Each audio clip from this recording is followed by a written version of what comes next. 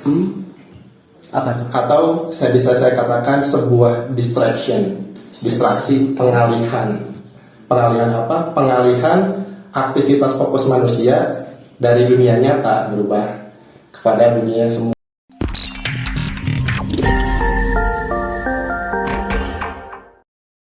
Oke guys, untuk hari ini kita kedatangan tamu yang luar biasa, yaitu Kang Andri. Iya, salah satu cendekiawan muslim dari Bandung yang tentunya luar biasa. Untuk kawasannya udah keren dijamin ya. Gimana Kang Febri? Ini tadi kan kita seru-seruan nih nonton bareng Ready Player One itu film. Kayaknya kan katanya itu kan seru banget ya. Banget. Dan emang kalau dipikir-pikir kalau emang ada gitu terrealisasi di dunia nyata gitu, kayaknya bakal apa ya? Bakal seru lah gitu. Kita udah pasti terkoneksi dari berbagai negara orang dalam satu film. Lebih mudah gitu ya. Cuma saya kurang tahu betul ini tentang apa nama sebutannya tadi? Metaverse.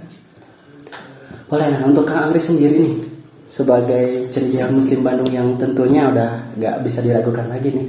Iya, mantap. Apa sih metaverse itu Kang Andri?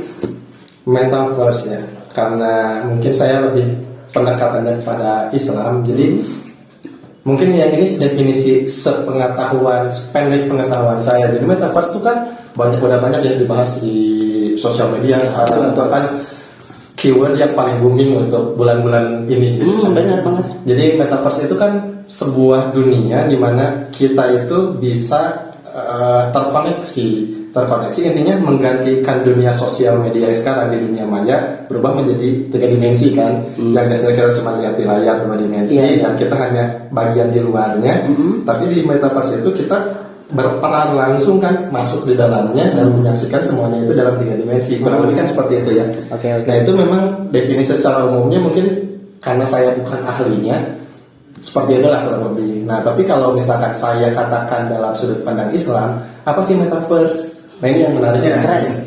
Apa sih metaverse? Menurut pandangan saya pribadi, kalau misalkan salah jangan diikuti. Ikuti yang baiknya ya. Ikuti yang baiknya. Menurut saya metaverse itu distorsi. Apa tuh? Atau saya katakan sebuah distraksi, pengalihan apa? Pengalihan aktivitas fokus manusia dari dunia nyata berubah kepada dunia yang semu. Padahal kalau misalkan kita sebutkan di dalam pandangan Islam ya, dunia yang sekarang kita anggap nyata pun sebetulnya dunia maya ini. Iya sih ya. Iya. Itu dunia maya. Sementara kita di dunia maya ini menciptakan sebuah dunia lagi, di mana dunia itu yang kreatnya adalah manusia dan kita masuk di dalamnya. Jadi seolah-olah kayak mimpi dalam mimpi kan. Dunia nyata yang sekarang kita anggap nyata itu kan sebetulnya dunia fana, dan menciptakan di dunia fana itu sebuah dunia lagi yang lebih fana lagi. Nah ini yang menjadi unik gitu kan kalau dari pandangan Islam. Jadi mimpi di dalam mimpi kalau menurut saya. Nah kenapa disebut disebut distraksi kayak tadi? Karena mengalihkan aktivitas kehidupan manusia yang seharusnya real menjadi semakin tidak nyata. Tapi kalau di pandangan ini secara awam ya mungkin saya pribadi mungkin yang melihat metaverse. Jadi kayak betul replika dunia yang sekarang gitu kan. Betul. Cuma mungkin di dalamnya mungkin nggak tahu ya. Kita bisa kayak berlaku bebas gitu kan. Dunia nyata itu kan penuh dengan aturan ya, ada hukum, ada segala macam yang mengatur gitu. Yeah. Tapi di dunia virtual itu adakah yang seperti itu gitu? Mungkin untuk orang yang istilahnya dia tuh individualis di dunia nyatanya gitu. Mungkin di sana bakal lebih lebih sosialis, lebih garang, glamor segala macam gitu. Karena istilahnya bukan asli gitu. Aku bisa melakukan apapun di situ bebas gitu. Iya. Kalau ada referensinya kan tadi sempat ngomongin juga ada filmnya. Iya. Apa namanya judulnya tuh? Ready Player One ya. Saya juga sempat nonton itu kan di tahun 2018 gitu ya. Film itu tuh gitu keluar. Memang itu pendekatan paling paling mirip ya mungkin dengan gambaran metaverse yang akan terjadi nanti di masa depan. Nah kalau misalkan dilihat dari situ, kita amati bahwa memang seolah-olah tidak ada rules dalam kehidupannya, yang ada hanya kita sebagai avatar di dunia itu gitu, yang memang bisa melakukan apapun sekehendak mau kita. Tapi kalau kita tarik pada konsepnya keseluruhan, ini adalah namanya juga first gitu ya, sebuah dunia, gitu, sebuah dunia, berarti pasti ada yang memegang kendali, ada yang memegang kontrol. Siapa itu? Ya orang yang menciptakan. Yang menciptakan pasti. Kayak sekarang kita berada di dunia ini, di dunia yang fana ini, gitu, yang disebut realitas sekarang. Aturannya juga kan, hukumnya itu sudah ada oleh yang menciptakan, yaitu misal contohnya hukum fisika. Hukum fisika itu memang sudah diciptakan, sudah diatur oleh kreator kita yang menciptakan kita. Nah, di dalam metaverse itu berarti yang menciptakannya ada satu pihak kan. Nah, si pihak itulah justru yang mengontrol semua rules di sana. Ada aturan-aturan itu. Aturan-aturan itu pasti saja mungkin itu bakal melekat dan menjadi hukum di sana. Cuman seolah-olah bagi diri kita yang berada di dunia itu seolah-olah kita punya kebebasan. Padahal berada di dalam jeruji juga sebetulnya, gitu. Sebuah jeruji yang memang kasat mata juga. Oke. Gitu sih. Nah, ini kan untuk sekarang kan udah berubah ya, untuk dari dunia era sekarang udah berbasis online atau bisa dikatakan dengan era digital nih. Itu bisa dikatakan dengan metaverse nggak sih, Kak? Kalau misalkan menurut saya berbeda ya. Berbeda. Metaverse itu kan disebut dunia meta gitu. Dunia meta artinya memang semuanya itu serba maya dan juga aktivitas apa-apa memang tergantung dari seberapa hebat teknologinya gitu. Tapi kalau misalkan sekarang kita disebut ini sudah berada di metaverse, mungkin menurut saya belum. Walaupun mungkin sebagian banyak mungkin teman-teman di luar sana juga menyatakan bahwa metaverse ini juga sudah terjadi. Cuman kenapa saya menganggap ini belum? Karena sensasi kita terkoneksi terhadap dunia itu masih terbatas. Masih terbatas ya.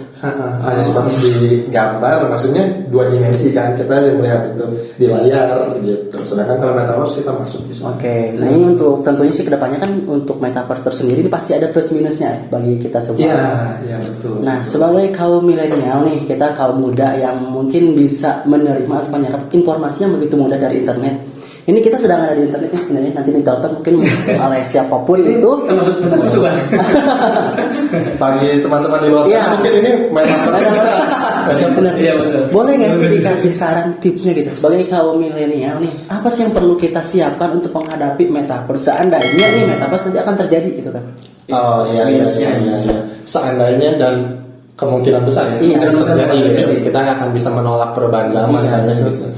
Kalau dari saya mungkin melihat pandangannya, pertama siapa yang akan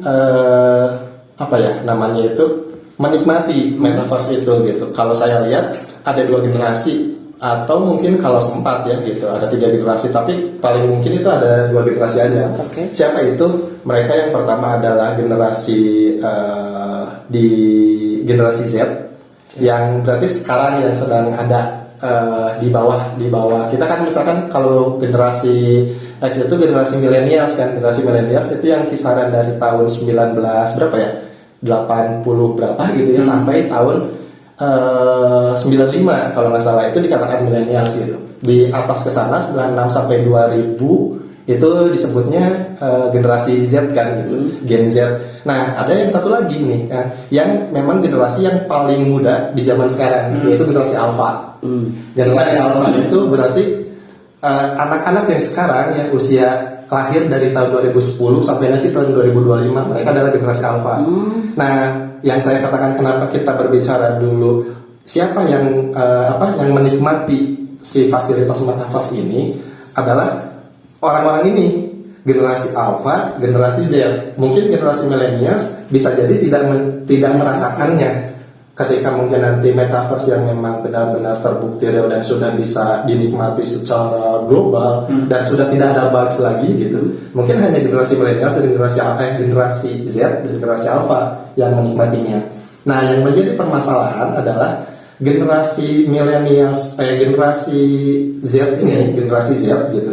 Generasi Z ini kan orang tuanya itu generasi apa ya, berarti generasi yang sebelumnya, generasi baby boomer kalau nggak salah kalau disebutkan gitu. Nah, mereka kan orang tuanya itu tidak tahu teknologi, tidak tahu teknologi. Nah, kemudian turun ada generasi millennials gitu, yang umumnya sekarang banyaknya generasi millennials kan, generasi millennials. Nah, si generasi millennials inilah yang memang dia mendapatkan transisi dari dunia analog ke dunia digital kan. Generasi milenial seperti saya contohnya gitu, yang lahir di kisaran tahun 80 sekian sampai 95an gitu. Nah, orang-orang yang berada di generasi milenials ini ternyata dalam data itu orang yang paling edik terhadap digital. Nah, yang menariknya generasi yang saya sebutkan tadi di akhir, yaitu generasi alpha yang hidup di zaman sekarang yang paling muda, mungkin anak-anaknya paling gede usianya juga baru 10 tahun. Iya sih. Sekarang itu. Nah, mereka itu ternyata secara data ya tidak kecanduan secara teknologi.